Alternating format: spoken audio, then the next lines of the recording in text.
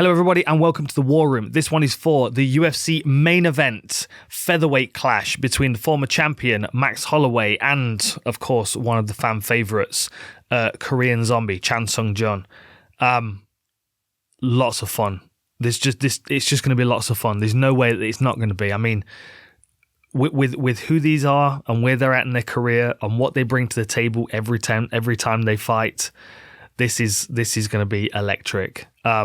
It's there's a few different ways that this can go, dependent on what fight, what versions of these fighters show up. But no matter what, the pace is going to be ridiculous. Set most likely by Max Holloway, and the pace is going to be countered by the heavy hands of the Korean Zombie, and potentially some grappling as well. Before we go any further, as you can see, I've got my brew on the table. We are sponsored this week by our friends at Harney and Sons. These guys do fantastic teas. This is a Scottish morning tea. There's a sale on breakfast teas right now, so make sure you go and check out the website. It is harney.com, Harney. Go and check their stuff out. They've got a sale on breakfast teas. If you use the code FULLREPTILE, you'll get a further 15% off. Loads of really good stuff. The other one I'm really into at the moment is the tune-up. It's like cloves and lemon and peppermint. It's a great cup of tea. I very much recommend you go and check these out. Give them some support. Order some of their stuff. Use the code FULLREPTILE. You'll get your 15% discount, and you'll love this stuff. And of course, I like this from when I'm talking about our friends at AG1 travel packs. Honestly, the amount of times, and no offense to the places that I've visited, but the amount of times I can't find a good cup of tea.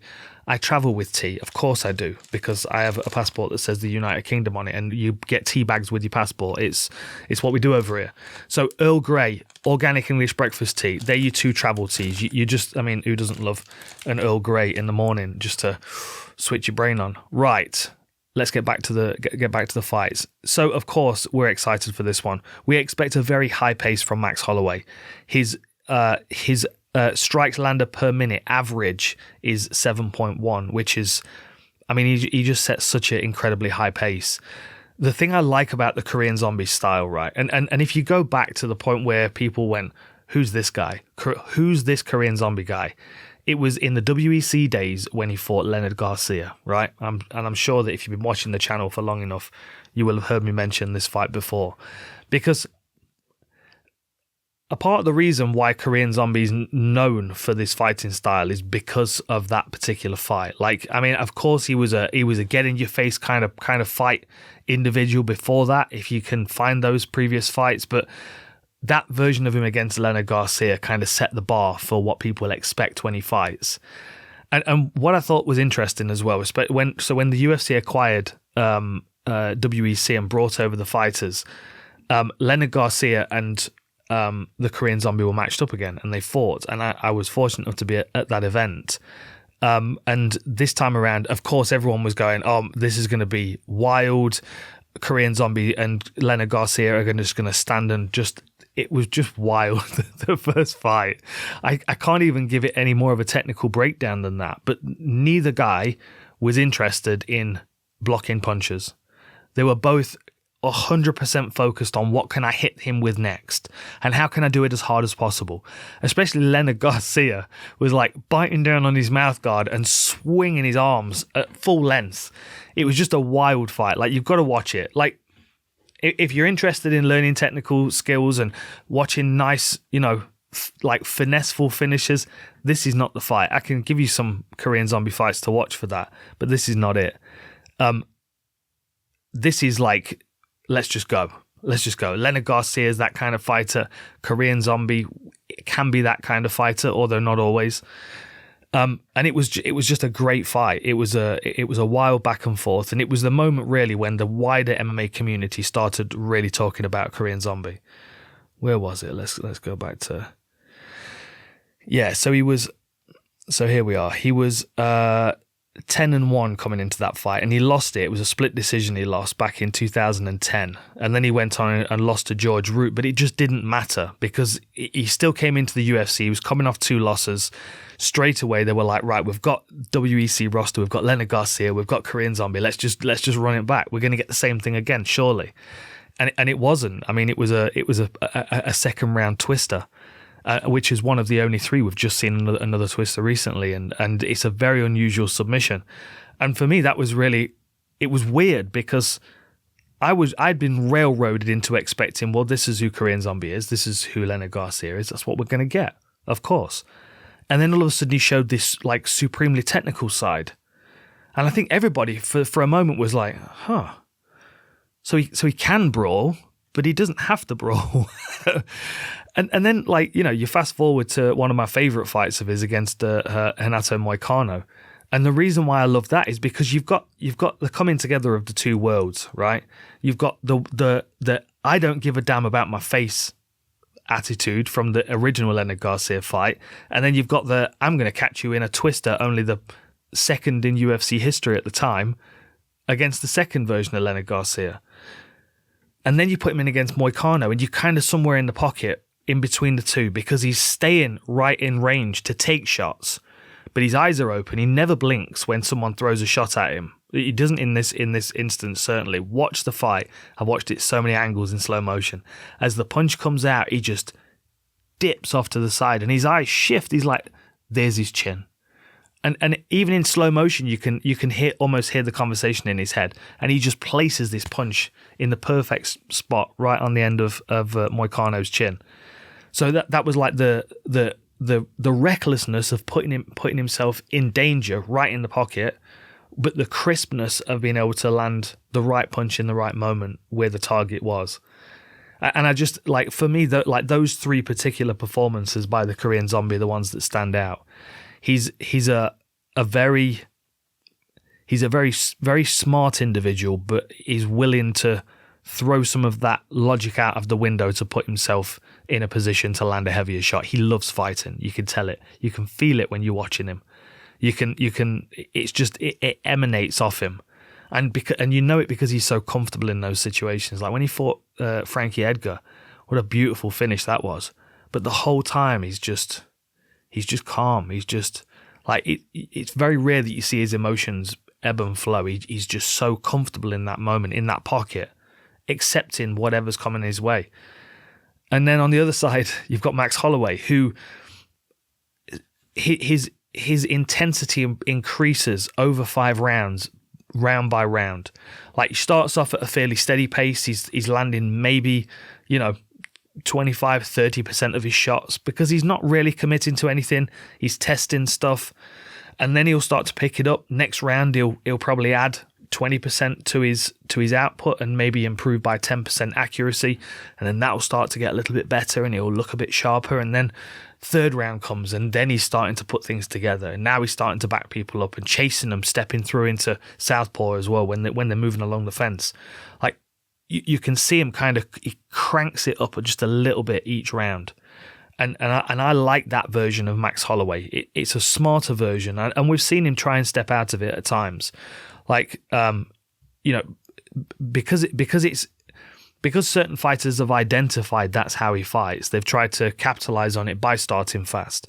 And there have been times where Max Holloway's tried to start faster than he really wants to. Like, I feel like he did that when he went up to lightweight against Dustin Poirier.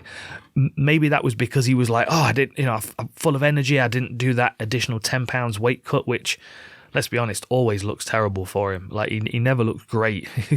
He's got this overhang from his cheekbones that just, like, I just look at him, I think to myself, this can't be maintained. I expect at some point for him to move back up to 155. But having said that, when he fought against Dustin Poirier, I think maybe because he'd not had such a hard weight cut, he started faster than he needed to. Of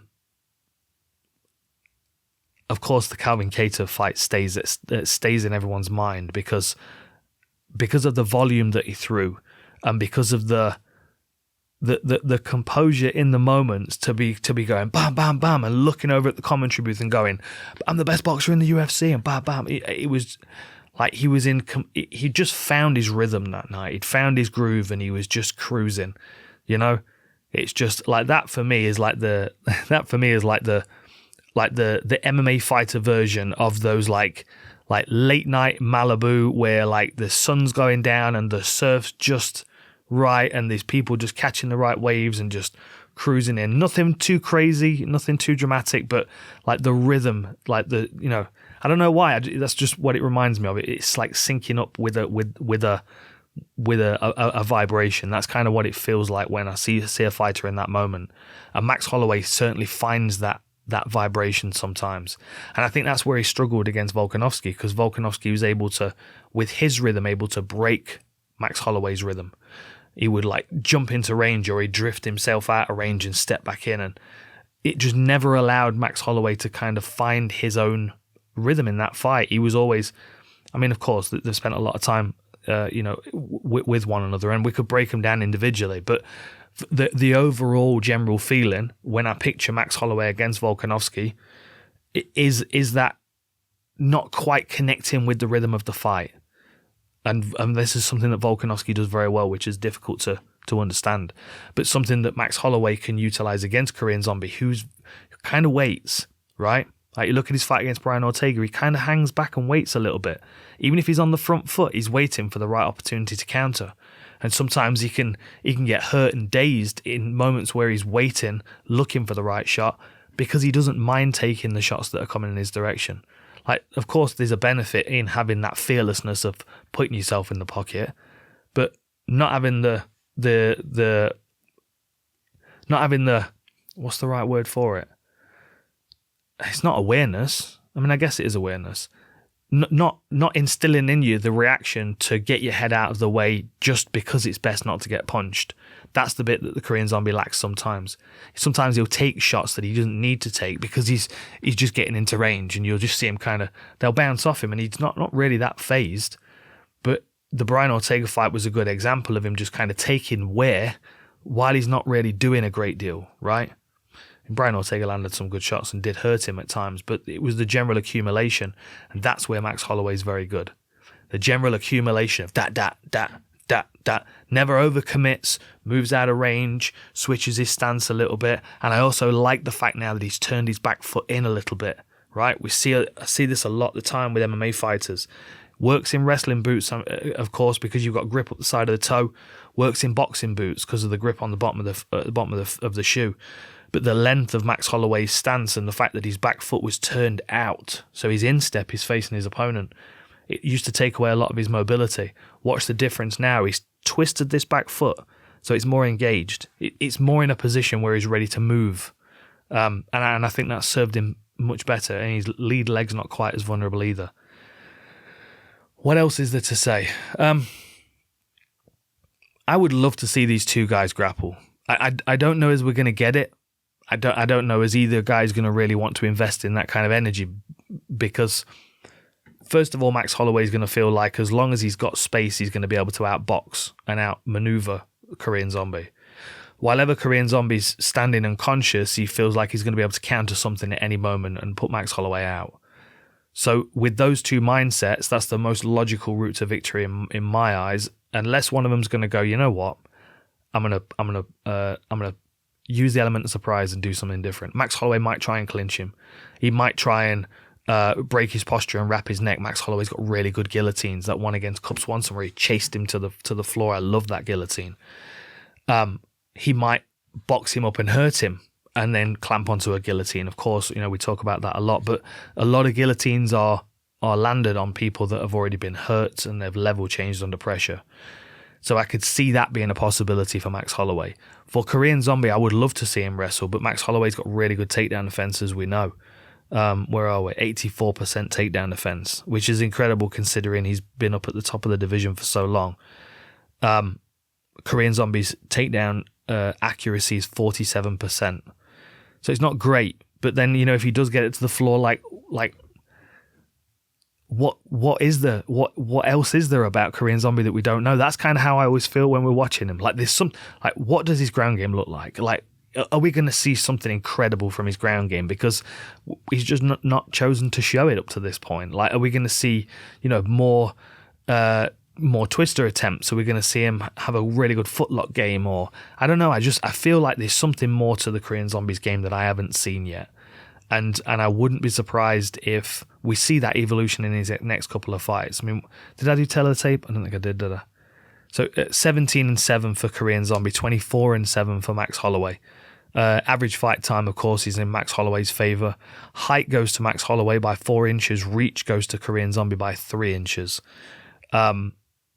We've talked about the striking output. It's quite incredible. Max Holloway has a higher striking defense as well, 59%, which again is incredible considering the Volkanovski fights, the amount of punches he took in those fights, and in the Poirier fight. That's still very high. The takedowns, of course, lean in Chan Sung Jun's favor. Takedown accuracy on Max Holloway's side, but of course he's not attempting nearly as many. But again, the guillotine is the key for Max Holloway. That's where he's going to really start attacking. Whereas Chan Sung Jun, I feel like there's more to his ground game than we've seen yet. But we'll find out, won't we? Or maybe we won't. I don't know. What do you think? What do you think is going to happen? Do you think one of these guys is going to grapple? Like Max Holloway, if anybody's going to grapple Max Holloway, he's going to be the one that's going to go, you know what? I'm going to switch this up. I'm going to try something different. I feel like Korean Zombie just knows he's got that knock 'em dead power. And it I don't know. It's like, even if there's 10 seconds left, it's like, yeah, but if I just crack you one time, and because he knows he's got that, sometimes he can bank on it a little bit and he can wait. This is my concern for him. That now, Jamie, is just at the right temperature for drinking. It was too hot earlier. I was trying to drink it and I was getting impatient. This is a great fight, of course. Big fan of both of these guys. Don't want to see either of them lose, but I want to see both of them fight every weekend. Two certain contenders for the BMF belt, absolutely. Even if not in actual competition, in spirit, both of these guys are in that weight class that we talked about.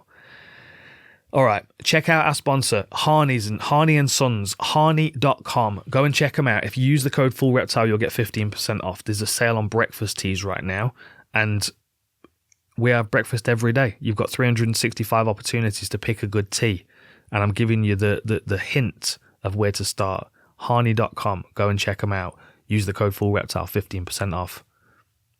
Have a good day. Enjoy the fights.